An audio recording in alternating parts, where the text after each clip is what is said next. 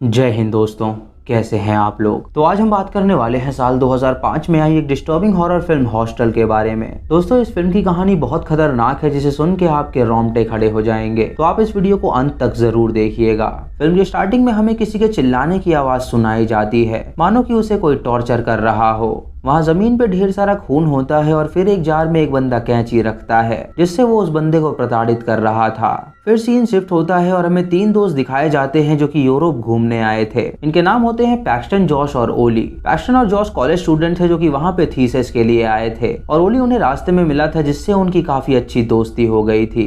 वो तीनों सबसे पहले एक बार में जाते हैं जहाँ ओली एक लड़की को लेके आता है। वो बताता है कि ये लड़की उनके साथ रात बिताने के लिए तैयार है। तो पैक्सटन उसे देख के कहता है कि वो उम्र में बहुत ही छोटी लग रही है और उसकी आंखों में नशा भरा हुआ है, इसीलिए वो उसे यहाँ से जाने दे।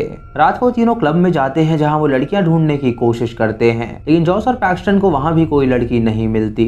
ओली को एक लड़की मिल जाती है जिसके साथ वो वॉशरूम में जाके इंटीमेट होता है। तभी जॉश की नजर 2 लड़कियों पे पड़ती है तो वो उन्हें अप्रोच करने के लिए जाता है, लेकिन उस लड़की का बॉयफ्रेंड वहाँ पे आके जॉश पे हाथ उठा देता है जिसकी वजह से उनकी हाथापाई हो जाती है और बॉडीगार्ड उन तीनों को वहाँ से भगा देता है। उसके बाद वो तीनों एक ब्रॉथल के बाहर जाते हैं जहाँ की लड़कियां बहुत ही सुंदर थी। पैक्सटन जॉश से कहता है कि वो भी उनके साथ अंदर चले मजे लेने के लिए, लेकिन जॉश उससे कहता है कि उसकी ऑलरेडी एक गर्लफ्रेंड है जिसे वो धोखा नहीं दे सकता। ये सुन के ओली उससे कहता है कि वो उसके पैसे पे कर देगा और उसके बाद पैक्सटन और ओली अंदर जाते हैं और एंजॉय करते हैं। कुछ देर बाद वो जॉश को अंदर भेजते हैं और उससे कहते हैं कि वो भी वहां जाके मजे लेके आए। जॉश जब अंदर जाता है तो वो प्रोस्टिट्यूट उससे कहती है कि वो बैठ जाए, लेकिन तभी जॉश को वहां पे अजीब लगने लगता है, इसीलिए वो वहां से भाग जाता है। उसके बाद वो तीनों अपने हॉस्टल में जाते हैं, लेकिन वहां पे कर्फ्यू लगा हुआ था। वो दरवाजा खटखटाते हैं और चिल्ला के कहते हैं कि वो दरवाजा खोले, लेकिन उस हॉस्टल का मालिक उनके लिए दरवाजा नहीं खोलता और वहां के पड़ोसी उन पे कांच फेंकने लगते हैं क्योंकि वो उनकी नींद खराब कर रहे थे। तभी एक बंदा उन्हें अपने अपार्टमेंट में बुलाता है और उनसे कहता है कि वो रात यहाँ पे गुजार सकते हैं। वो बंदा उनसे पूछता है कि वो लोग यहाँ पे क्यों आए हैं, तो वो उसे बताते हैं कि वो लोग यहाँ पे एंजॉय करने आए हैं। वो बंदा उनसे कहता है कि अगर उन्हें एंजॉय करना है तो वो यहाँ पे क्या कर रहे हैं, उन्हें स्लोवाकिया जाना चाहिए क्योंकि वहाँ पे सबसे बेस्ट लड़कियां मिलती हैं। वो उन्हें कुछ लड़कियों की फोटो भी दिखाता है जो कि काफी सुंदर थी और उन्हें बताता है कि वहाँ पे एक हॉस्टल है जहाँ पे सुंदर लड़कियां भरी हुई हैं। वो लोग अमेरिकन को देख के पागल हो जाती हैं और उनके लिए वो कुछ भी करने के लिए तैयार हैं, क्योंकि उनके मुताबिक अमेरिकन मैन बहुत ज्यादा अच्छे होते हैं। वो उन्हें उस हॉस्टल का पता दे देता है और अगली सुबह वो तीनों वहाँ पे जाने के लिए निकल जाते हैं। तभी उनके पास एक बूढ़ा आदमी आके बैठता है जो कि अपनी बेटी से कॉल पे बात कर रहा था। वो उससे कहता है कि वो शाम तक उसके पास पहुंच जाएगा। कॉल कटने के बाद वो तीनों को अपनी बेटी की तस्वीर दिखाता है और उससे कहता है कि ये उसकी बेटी है जिसे वो सबसे ज्यादा प्यार करता है। ओली भी उसे अपने वॉलेट में अपनी बेटी की फोटो दिखाता है और उससे कहता है कि वो भी अपनी बेटी को बहुत ज्यादा प्यार करता है। उसके बाद वो आदमी उनसे पूछता है कि आखिर वो लोग कहाँ जा रहे हैं, तो पैक्सटन उससे कहता है कि वो स्लोवाकिया जा रहे हैं। सुन के वो आदमी हंसता है और उनसे कहता है कि वहाँ सबसे सुंदर लड़कियां पाई जाती हैं। तभी वो अपना टिफिन निकालता है और अपने हाथ से खाना खाने लगता है। पैक्सटन उससे कहता है कि अगर उसे फोक चाहिए तो वो उसे फोक दे सकता है, लेकिन वो आदमी उससे कहता है कि वो हाथ से खाना ही प्रेफर करता है क्योंकि उसे लगता है कि इंसान ने फूड के साथ कनेक्शन बनाना छोड़ दिया है। वो अपने हाथ से खाता है ताकि वो फूड से कनेक्शन बना सके और हाथ से खाने का स्वाद कुछ और ही होता है। वो जॉश की तरफ देख के उससे पूछता है कि उसका क्या नेचर है और वो उसके थाई पे हाथ भी रख देता है, जिससे जॉश उस पे चिल्लाता है और उससे कहता है कि वो उससे दूर रहे। ये सुन के उस आदमी को बहुत बुरा लगता है, इसीलिए वो वहाँ से चला जाता है। कुछ देर बाद वो दोनों स्लोवाकिया के एक स्टेशन पे उतरते हैं और टैक्सी लेके वो उस जगह पे जाते हैं जहाँ पे वो हॉस्टल मौजूद था। जब वो उस हॉस्टल में पहुंचते हैं तो वो रूम बुक करते हैं, जाके रिसेप्शनिस्ट उनसे कहती है कि उन्हें सेपरेट रूम्स नहीं मिलेंगे क्योंकि यहाँ पे एक बड़ा सा रूम है जिसमें रूम पार्टनर्स रहते हैं। ये सुन के उन्हें अच्छा लगता है और वो रूम बुक कर लेते हैं। जब वो अपने कमरे में जाते हैं तो वहाँ पे 2 लड़कियों को देखते हैं जो कि कपड़े बदल रही थी। उनसे माफी मांगते हैं उन्हें देखने के लिए, तो वो लड़कियां कहती हैं कि उन्हें इससे कोई ऐतराज नहीं है। वो स्पा में जा रही है स्टीम बाथ लेने के लिए और अगर वो चाहे तो वो लोग भी उनके साथ आ सकते हैं। कुछ देर बाद वो स्पा में जाते हैं जहाँ वो उन दोनों लड़कियों से मिलते हैं और लड़कियां उनके साथ घुल मिल जाती हैं और उनसे दोस्ती कर लेती हैं। शाम को वो लोग उन लड़कियों के साथ पार्टी में जाते हैं जहाँ वो ड्रग्स करते हैं। जॉश को वहाँ पे कुछ अच्छा नहीं लग रहा होता, इसीलिए वो कुछ देर के लिए बाहर जाता है फ्रेश हवा खाने के लिए। तभी उसके पास कुछ बच्चे आते हैं जो कि उससे पैसे पैसे मांगते हैं। तो जॉश उनसे कहता है कि उसके पास कोई पैसे नहीं है, लेकिन तभी वो बूढ़ा आदमी वहाँ पे आता है और उन बच्चों को पैसे दे देता है। उसके बाद वो जॉश को बताता है कि ये कोई आम बच्चे नहीं हैं। इस एरिया में मोस्टली क्राइम्स बच्चे करते हैं क्योंकि उनके माता पिता उन पे ध्यान नहीं रखते, और अगर वो उन्हें डॉलर नहीं देता तो वो सच में उसे मार डालते। जॉश उसका शुक्रिया अदा करता है उसकी जान बचाने के लिए, और बदले में वो उसके लिए ड्रिंक भी खरीदता है। वो उससे माफी मांगता है ट्रेन में उसके बर्ताव के लिए। तो बंदा उससे कहता है कि अगर वो उसकी उम्र का होता तो वो भी ऐसे ही रिएक्ट करता। जॉश उसके हाथ पे एक डॉग का साइन देखता है और सोचता है कि आखिर उसका क्या मतलब है। वो आदमी से समझाता है कि जो उसको राइट लगे वो वही करे और उसे किसी की सुनने की कोई जरूरत नहीं है। तभी वो लड़की वहाँ पे आती है और जॉश को अपने साथ ले जाती है, और वो सभी अपने रूम में आके इंटीमेट होने लगते हैं। ओली उस रिसेप्शनिस्ट के साथ उसके घर में जाता है उसके साथ इंटीमेट होने के लिए। अगले दिन पैक्स्टन और जॉश उठते हैं और वो दोनों काफी खुश थे। वो रिसेप्शन पे जाते हैं जहाँ पे एक बंदा मौजूद था, और वो उससे पूछते हैं कि उनका दोस्त ओली कहाँ पर है। वो बंदा उनसे कहता है कि ओली आज सुबह ही यहाँ से चला गया है। ये सुन के वो दोनों हैरान हो जाते हैं और सोचते हैं कि वो उन्हें बिना बताए कहाँ पे जा सकता है। वो उसे कॉल भी करते हैं लेकिन वो उनका कॉल नहीं उठाता। तभी काया नाम की जापानीज लड़की उनके पास आती है और उन्हें बताती है कि उनका दोस्त उसकी फ्रेंड के साथ है। वो उन्हें उनकी फोटो भी दिखाती है जो कि टावर के आगे ली गई थी।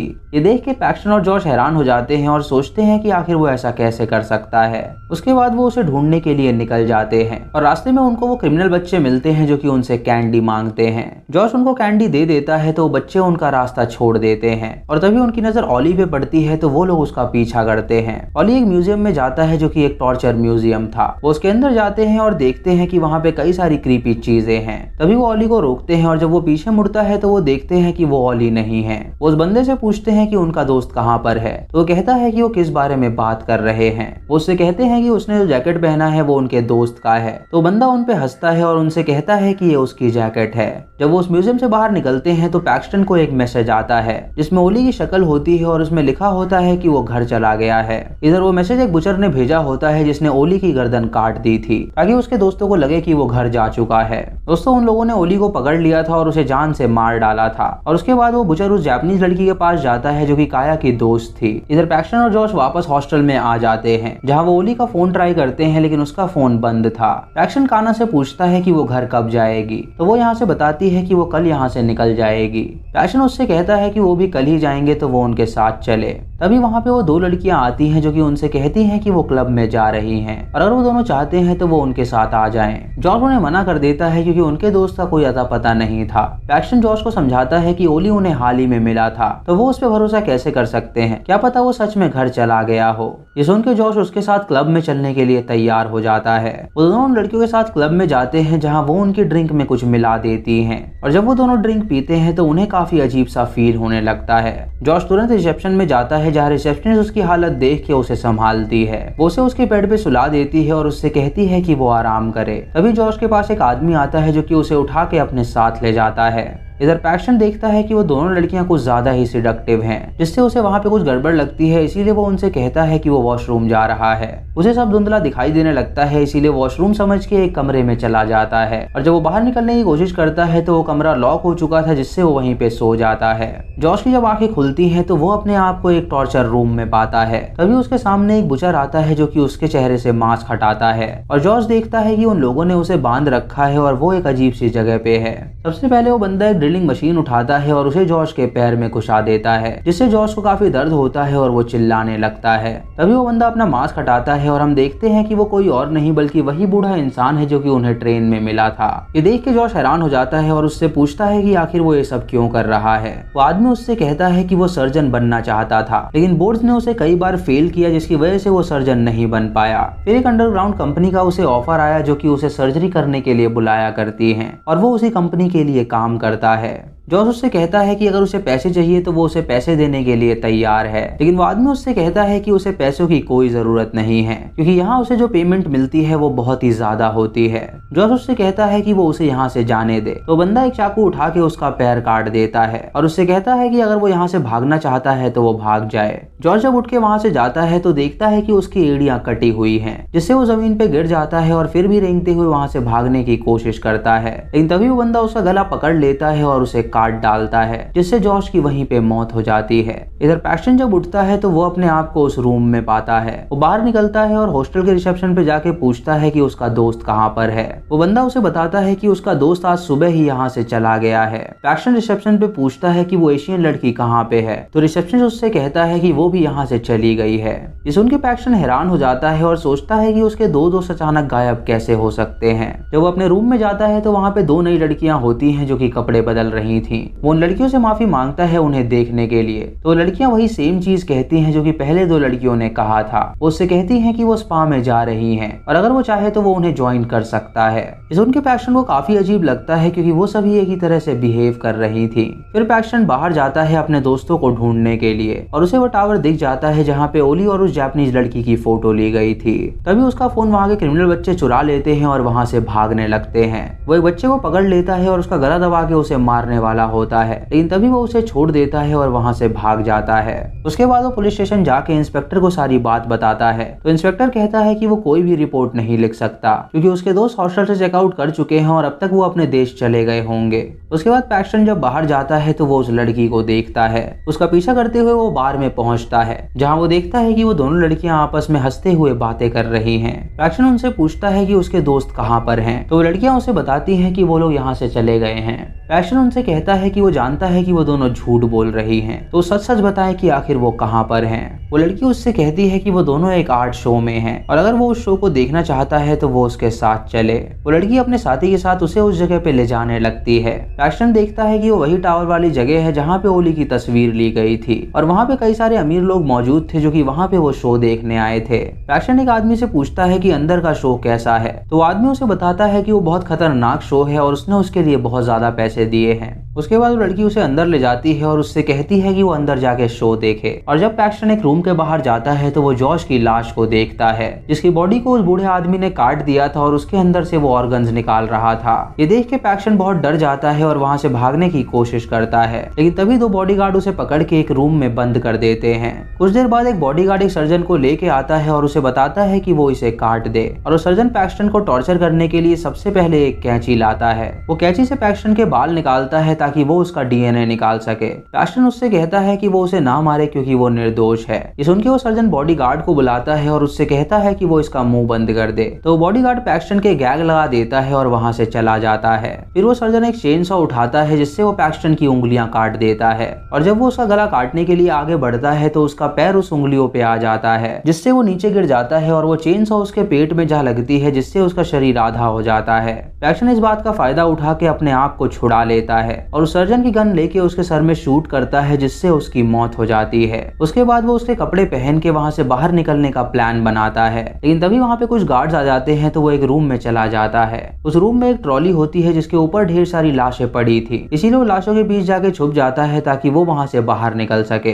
तभी वहां पे एक बुचर आता है जो कि उस ट्रॉली को घसीट के लिफ्ट से बेसमेंट में ले जाता है और एक एक करके वो मांस के टुकड़ों को वहां पे काटने लगता है। पैक्स्टन की दो उंगलियां वहीं पे गिर जाती हैं तो वो उन उंगलियों को उठाने की कोशिश करता है, लेकिन उस बुचर की उन उंगलियों पे नजर पड़ती है तो वो उन दो उंगलियों को उठा लेता है और उसे अपने साथ ले जाता है उन मांस को डिस्ट्रॉय करने के लिए। तभी पैक्स्टन हथौड़ा उठा के चुपके से उस बुचर के सर पे वार कर देता है जिससे वो बेहोश हो जाता है और पैक्स्टन वहां से भागने लगता है। वो लिफ्ट की मदद से सबसे ऊपर वाले फ्लोर पे जाता है जो कि सर्जन्स का फ्लोर था। वहां पे खिड़की से बाहर देखता है तो उसे पुलिस वाले नजर आते हैं जो कि उन लोगों से मिले हुए थे। उसके बाद वहां पे वो सर्जन्स के कपड़े पहन लेता है ताकि उसे कोई पहचान ना सके। उसकी जेब में उसे एक कार्ड मिलता है जो कि इलाइट हंटिंग नाम की कंपनी का था और इसका लोगो वही था जो कि उस सर्जन के हाथ पे था, यानी सोसाइटी के लोग उस लोगों को अपने शरीर पे गुदवाया करते थे।